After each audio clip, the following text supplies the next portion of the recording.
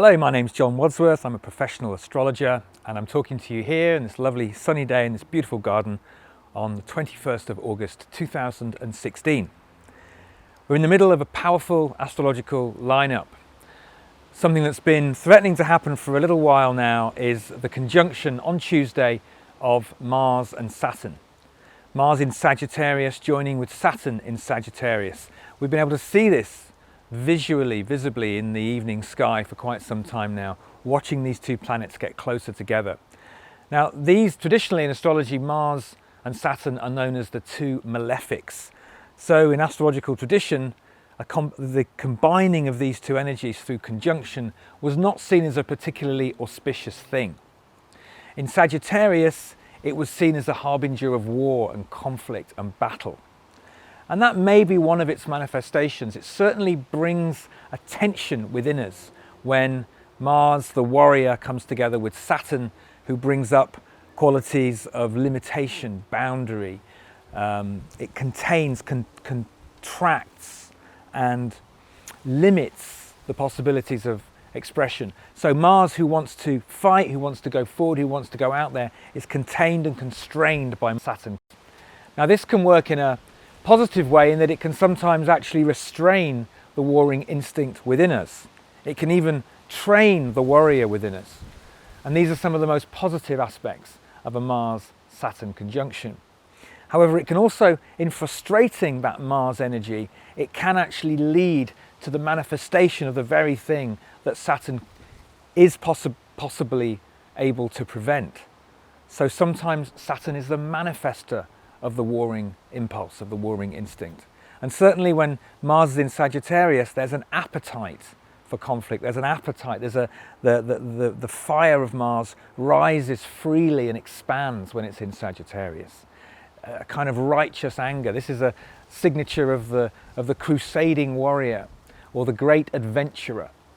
And there's certainly a sense of adventure around when Mars is in Sagittarius. But when it comes together with Saturn, as it does this week, there is a limitation placed upon that, which can be frustrating, and it can lead to an inner conflict, which of course can sometimes manifest outwardly. But if we focus positively on this, let's imagine that Saturn is actually restraining that warring impulse within us. And let's imagine ourselves training that part within us, because we each carry a Mars energy within us, and we each have to find a way of channeling that, of expressing that in a creative and productive way and not letting it rage out of control. If you have Mars in a fire sign, naturally then you'll relate to that fiery expression of Mars.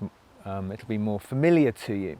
You may have Mars in a water sign, which is less overtly expressive of that, for example. But whatever you have in your own chart, whatever signatures you have in your own chart, this Mars-Saturn conjunction will be felt around us, in our environment, in the people around us, in our communities, and in society as a whole. So it is a tense time.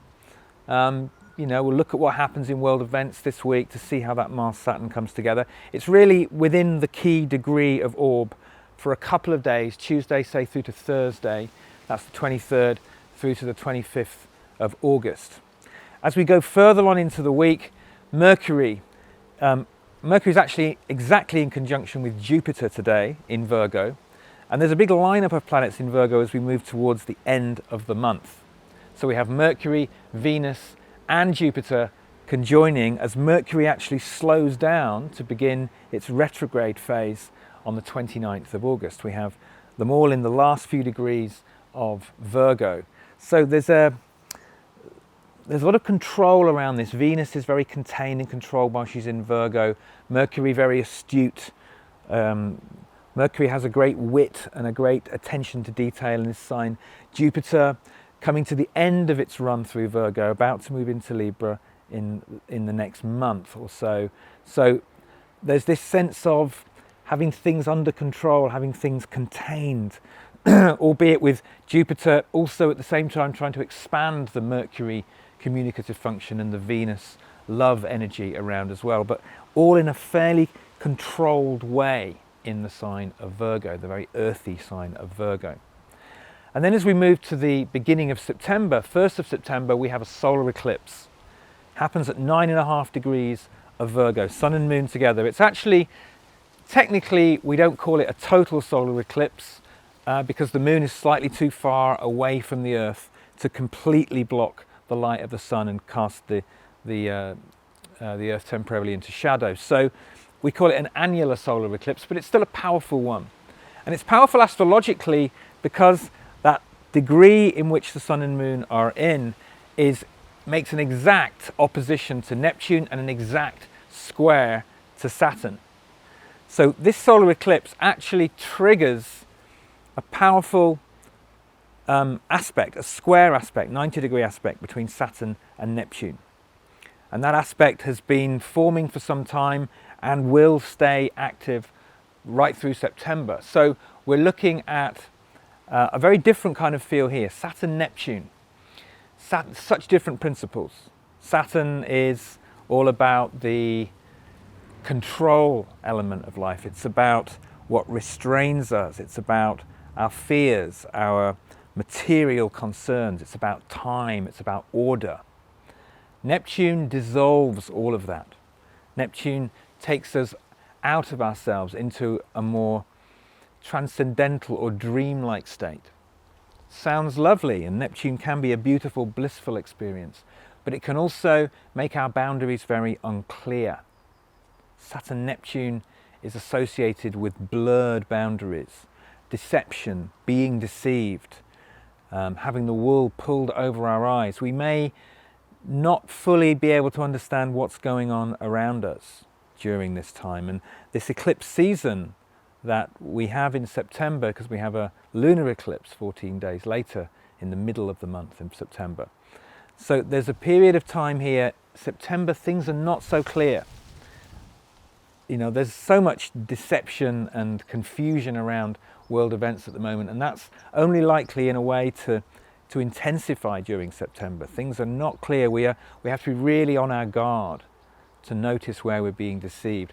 There may be some sweet illusions and some beautiful dreams as well, because Saturn hasn't got such a grip on us when Neptune is around. But we just need to keep our wits about us a bit as well. So yeah, watch out for this time. It's a powerful time. We need to be on our guard a little bit, but we also need to be able to release control, let go of control too, and not get too tightly bound in our judgments. The more we can relax and release our judgments and not be quite so harsh in the way that we compartmentalize our lives. This Saturn-Neptune square is one of the defining signatures of 2016. A lot of things change, a lot of things will dissolve and disintegrate around this time. Structures, organizations, anything which is set up and which no longer serves a deeper, the deeper waves of change which are coming through now in our society. They're all very vulnerable at this time. The established authorities are kind of, unstable, uncertain. They're not as strong and as confident as normal. So a lot of things could change for the better through this, and a certain amount of the inherent weaknesses in the system will be revealed as well during this time. So we could be looking at anything ruled by Saturn, anything to do with government, the banking system. All of these things become more vulnerable at this time to collective kind of sway, which will tend to destabilize and disintegrate those integral structures. So we're really in an important time of change here. As we go through 2016, we see some major political moves, unexpected changes as well. Perhaps Neptune at its best can bring forward a more compassionate politics, a more compassionate move within the way our countries are governed. But certainly we're going to need to be able to see things from lots of different perspectives in order to really understand what's going on. I hope that's helpful. I hope that you found that interesting. You can find out more about my work at kairosastrology.co.uk. I'm also about to launch an online course, an online video training course, teaching you how to become an astrologer, or teaching you how to learn a birth chart. You can find out details about that on my website, or you can contact me, and I hope to be able to talk to you all again soon. Thank you.